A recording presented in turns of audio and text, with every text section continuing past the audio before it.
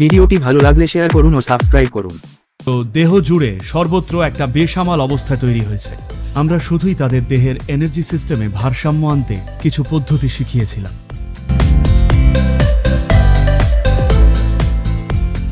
এগুলো আমি জানি আজকের পৃথিবীতে সবচেয়ে বড় অতিমারিগুলোর মধ্যে একটা হলো ডায়াবেটিস বা মধুমেহ।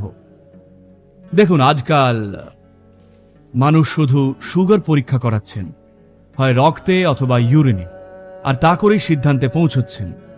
সুগার যেহেতু একটা নির্দিষ্ট অঙ্গের সঙ্গে সম্পর্কিত, যেমন অগ্নাশয়, সেটা চলছে না অথবা খারাপ চলছে দেখে সিদ্ধান্ত নিচ্ছেন। কিন্তু যোগে আমরা এইভাবে বিচার করি না। যোগের পরম্পরায় আমরা বলি, যদি আপনার ব্যায়ানা প্রাণ ঠিকমতো কাজ না করে, তার একটা লক্ষণ হবে ডায়াবেটিস হওয়া। মূলত এটা হলো দেহের দৃঢ়তাকে হারানো। আপনি শুধুই সুগারটা দেখছেন, সেটা হয়তো হাই, কিন্তু সেটা আসল ব্যাপার নয়। যেটা গুরুত্বপূর্ণ তা হলো দেহ জুড়ে সর্বত্র একটা ভারসাম্যহীন অবস্থা তৈরি হয়েছে।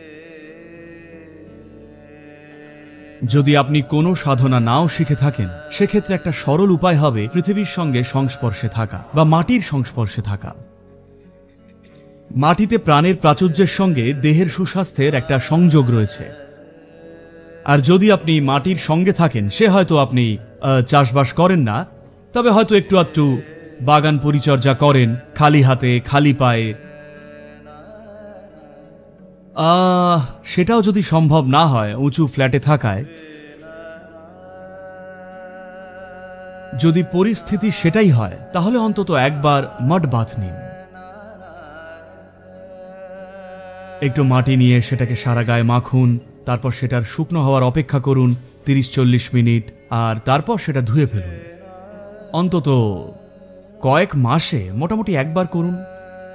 তাই অন্তত একটা সরল জিনিস, যেমন জুতো না পরে নিজের বাগানে হাঁটা, আপনার ব্যায়ানা প্রাণকে মোটামুটি কিছুটা ভারসাম্য দিতে পারে।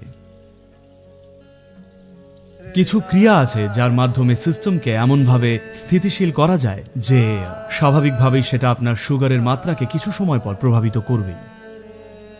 আমরা আমাদের সঙ্গে এমন শয়ে শয়ে মানুষকে দেখেছি যারা ডায়াবেটিস থেকে সম্পূর্ণ সেরে উঠেছেন।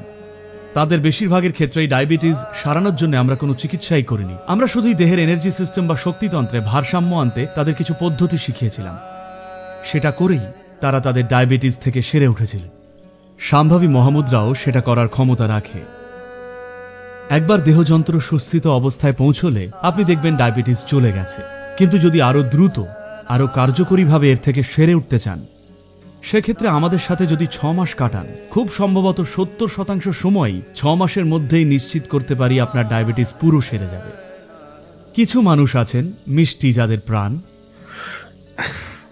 তারা হয়তো একটু বেশি সময় নেবেন, কিন্তু অন্তত 70% মানুষের ক্ষেত্রে তারা 6 থেকে 8 মাসের মধ্যেই সেরে উঠবেন। ডায়াবেটিস সারিয়ে তোলার জন্য সিদ্ধা প্রণালীতে কিছু শক্তিশালী প্রক্রিয়া আছে, সেগুলো প্রয়োগ করা যায়। কিন্তু সিদ্ধার ওষুধগুলো একটু তেতো হয়। আপনার ডায়াবেটিস যদি খুব একটা অত্যাধিক বড় সমস্যা না হয়ে দাঁড়ায়, তাহলে আপনি সে ওষুধ খাবেন না। সেক্ষেত্রে আমরা আয়ুর্বেদের সাহায্য নিতে পারি। সিদ্ধ বৈদ্য এবং সামান্য আয়ুর্বেদ এবং সঠিক ধরনের খাবার খেলে এবং ব্যায়াম করলেই যে কেউ এর মোড় ঘোরাতে পারে। মিলেট রান্না করতে সময় লাগে, রান্না হতে ভাতের থেকে মিলেট একটু বেশি সময় নেয়, কিন্তু এর উপকারিতা অনেক বেশি।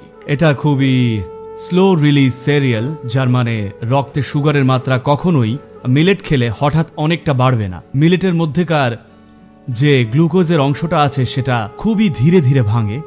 তাই বিশেষ করে যারা ডায়াবেটিসে ভুগছেন বা ডায়াবেটিসের ফলে যারা মৃত্যুমুখী, তাদের জন্য রাগি এবং অন্য সব মিলেটও চমৎকার কাজ করে।